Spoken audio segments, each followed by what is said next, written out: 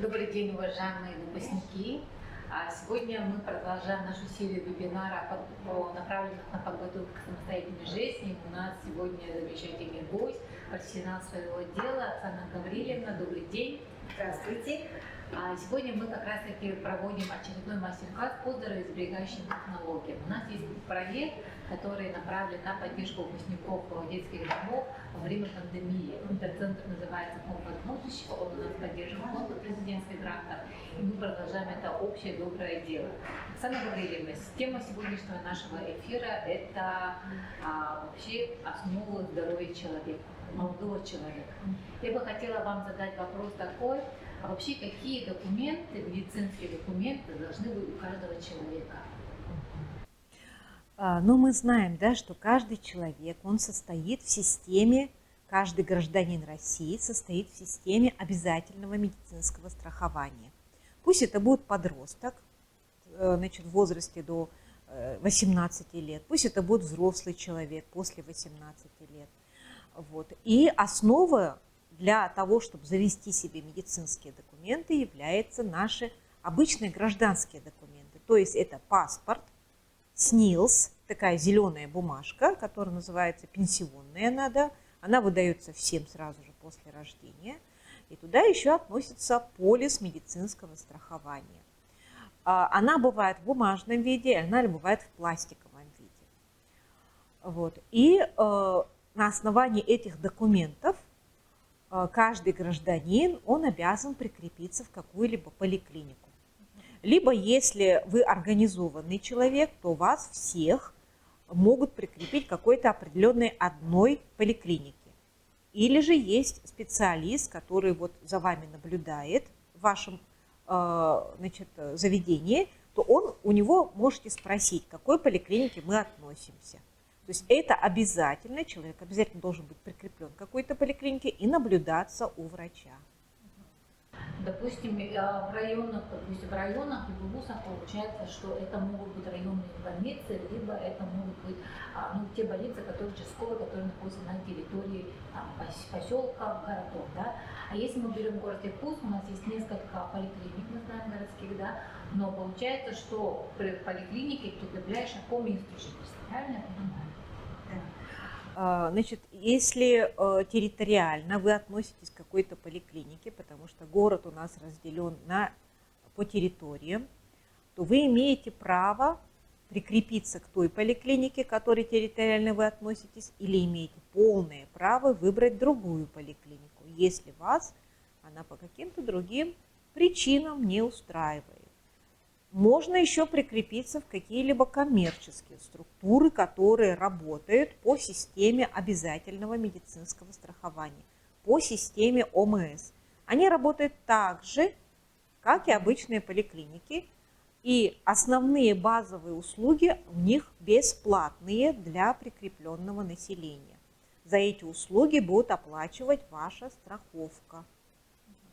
То есть я, получается, что могу выбрать любую поликлинику, которая она мне удобна, может быть, по транспортной логистике, может быть, находится рядом с моей работой, допустим, да, либо выбрать любую частную клинику, назовем это так, да, что действительно она может быть и удобна, и там доверяешь, допустим, да, что там есть хорошая работа.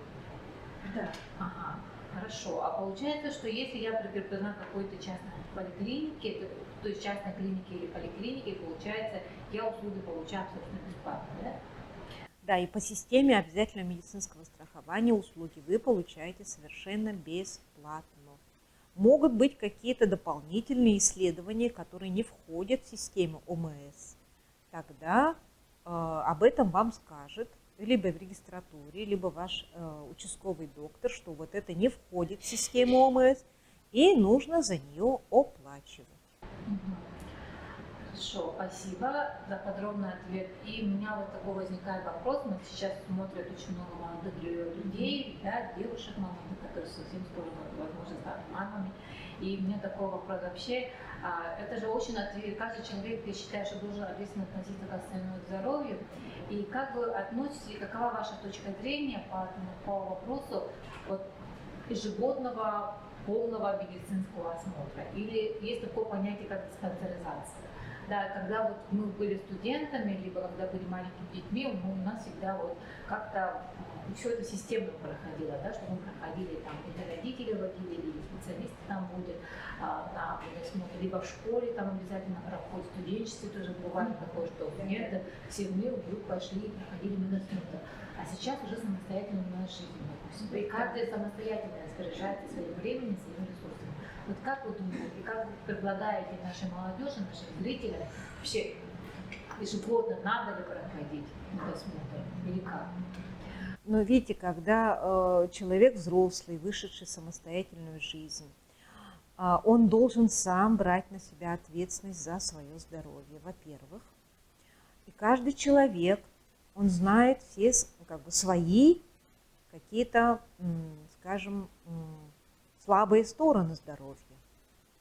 Да, вот у меня часто горло болит, например, да, вот у меня живот как-то прихватывает, да, а у меня зуб болит частенько, а у меня бывают циститы часто, да, то есть это достаточно частое явление, то есть вы знаете, что у вас есть некие погрешности в здоровье.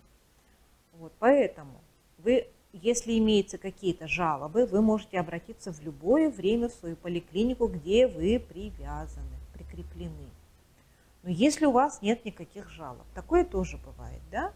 Да, есть какой-то хронический процесс, который протекает исподволь в организме, но он никак наружу не проявляет себя. Ничего вроде не болит, не беспокоит, или где-то поколет, но это так незначительно, что мы на него особо внимания не обращаем.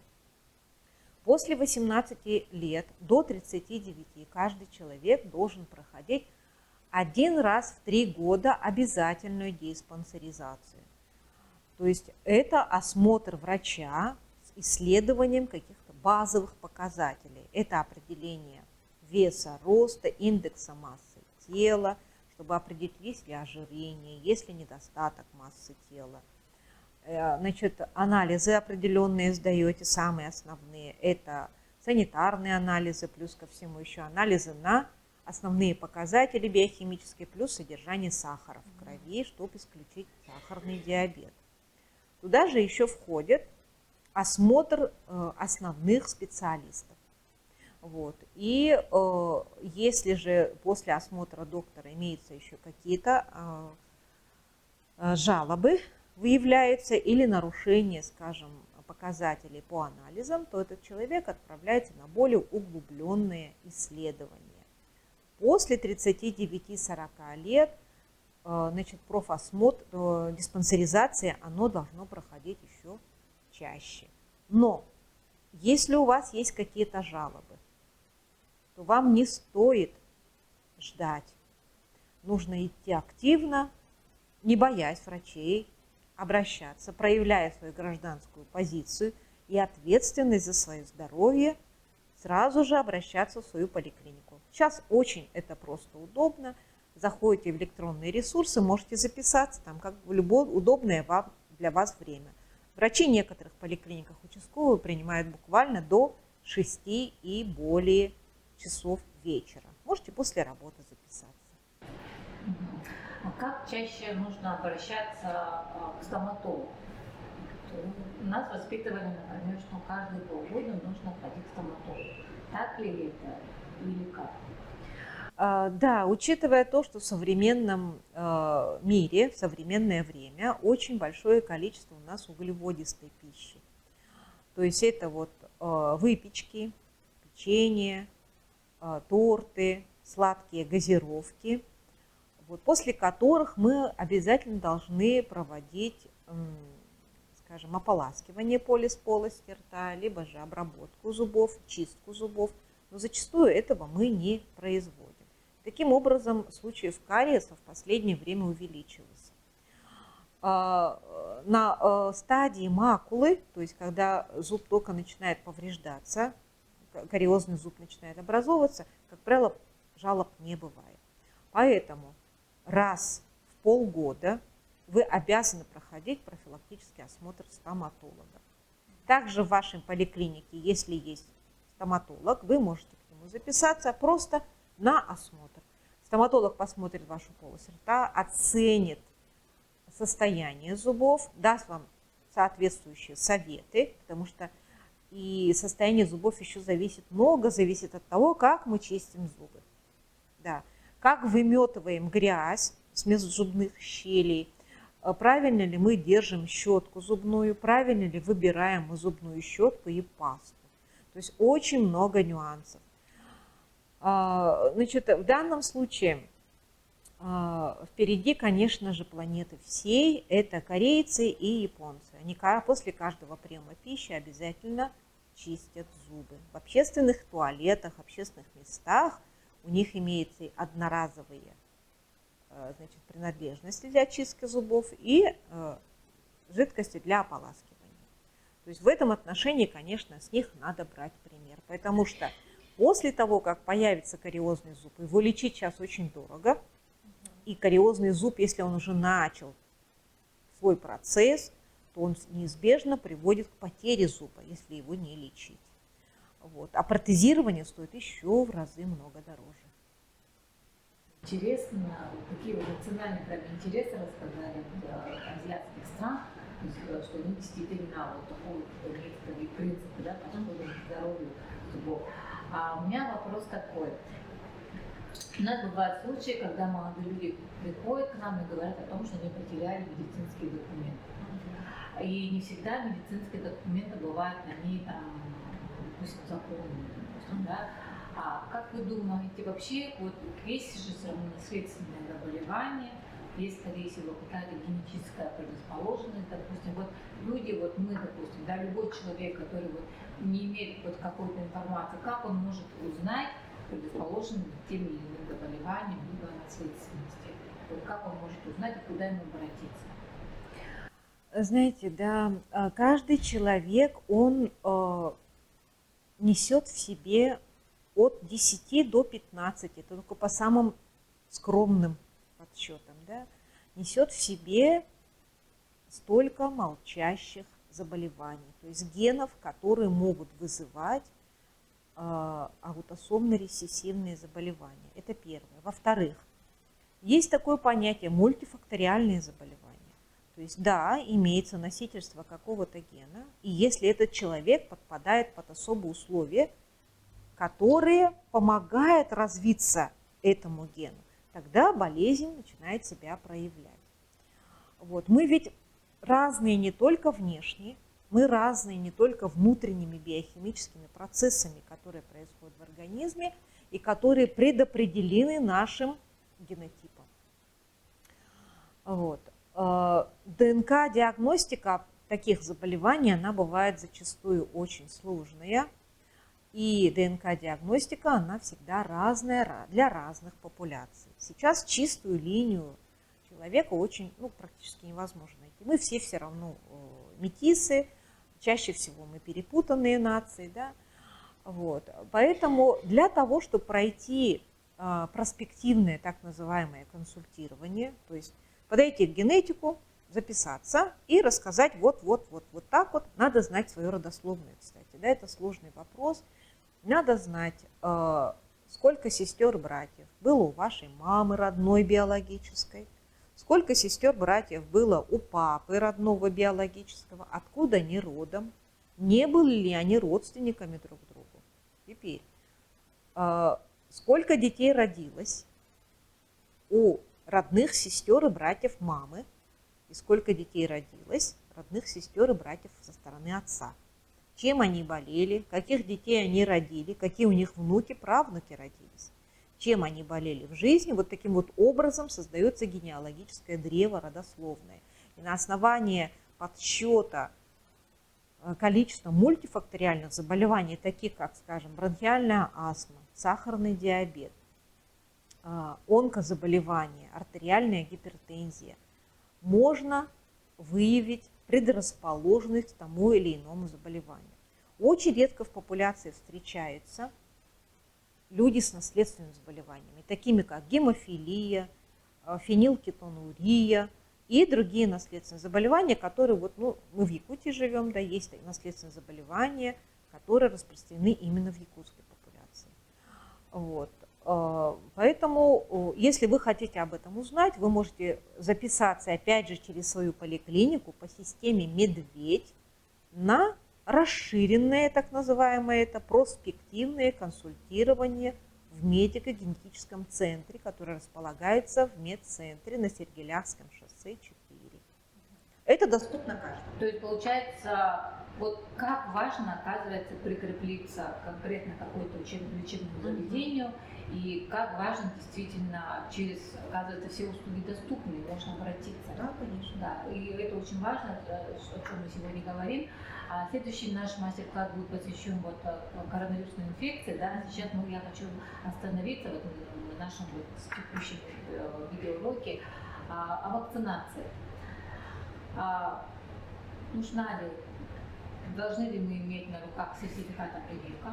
Вообще для чего предназначены вакцины? И вообще о том, что вот, допустим, да, действительно до совершеннолетия нас тоже ведут, как говорится, да, какую вакцину мы получаем, это как-то очень быстро регулируется. А когда ты уже взрослый самостоятельный человек, никто конкретно тебе не указывает, где такую информацию найти, и вообще нужно ли гнаться за прививками.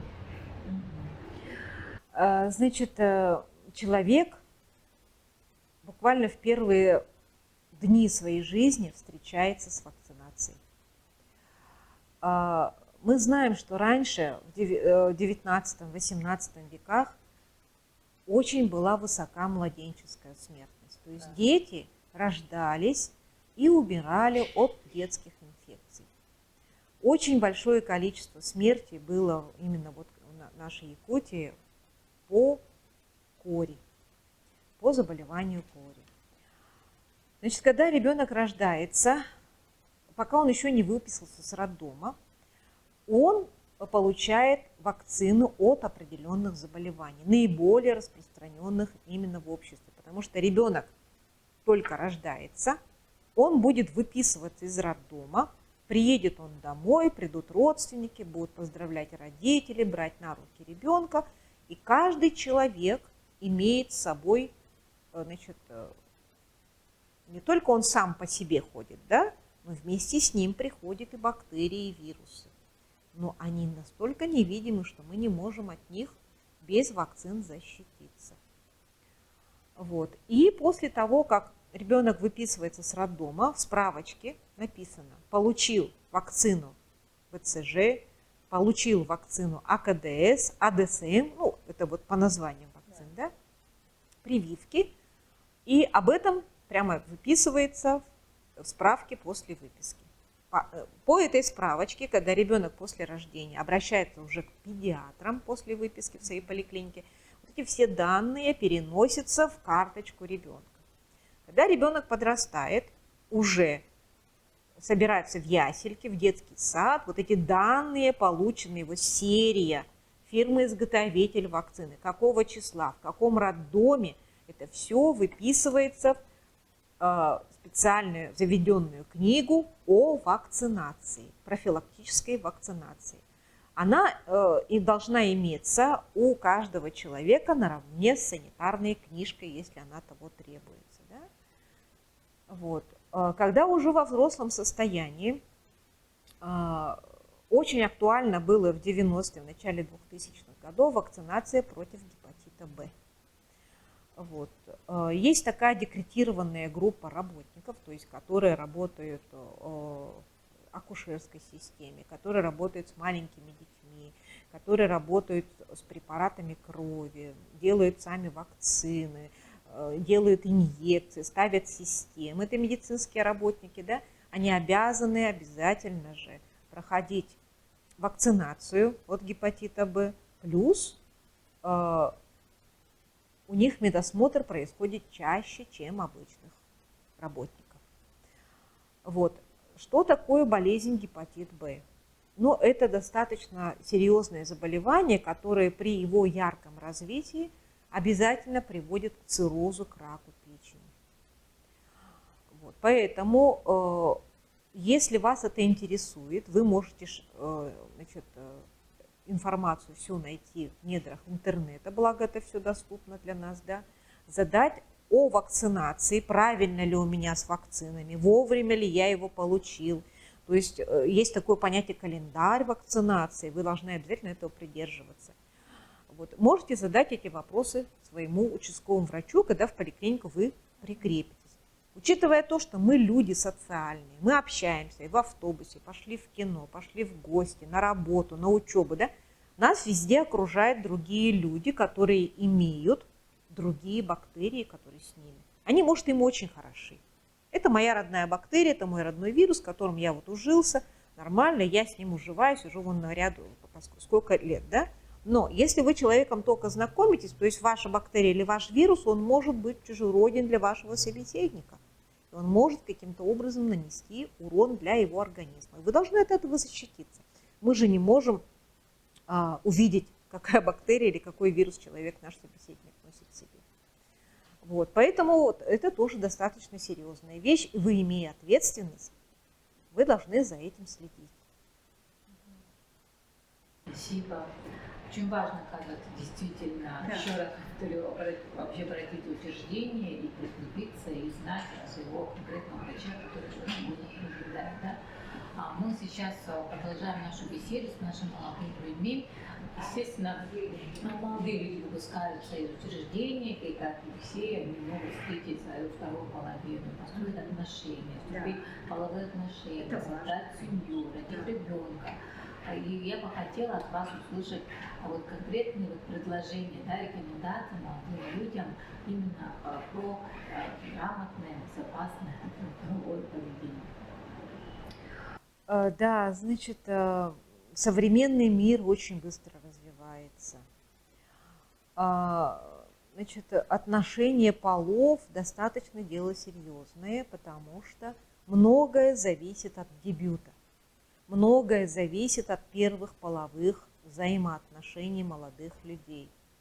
Но прежде чем вступать в пубертат, то есть пубертат – это тот возраст, когда начинается уже подростковый период, да, это где-то вот начиная с 11, с 12 лет, когда организм молодой готовится уже ко взрослой жизни, когда наступают месячные у девочек, да, вот, когда у мальчиков ломается голос, появляется первое оволосение на лице, да, вот период самый достаточно важный. Вот. И в этот период, конечно же, на самом деле, в идеале, да, это дело очень, скажем, интимное и предупредительно надо быть обязательно. В этот период очень важно, чтобы рядом с молодыми людьми был хороший, значит, медицинский работник, который близко. У каждого человека свои вопросы, да, свои проблемы. Вот, чтобы тет-а-тет можно было поговорить с медицинским работником, попросить совета, а не послушать это у своих подружек, значит, у знакомых на стороне, которые будут рассказывать через призму своего личного опыта. Да, собрать может быть недостоверную. Да, недостоверная информация, которая потом засядет в голове, и человек будет руководствоваться неправильной информацией всю свою жизнь. Ничего в этом постыдного нету.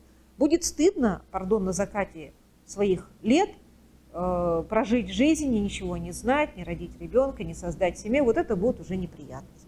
Поэтому все надо делать вовремя, и ничего не стыдиться.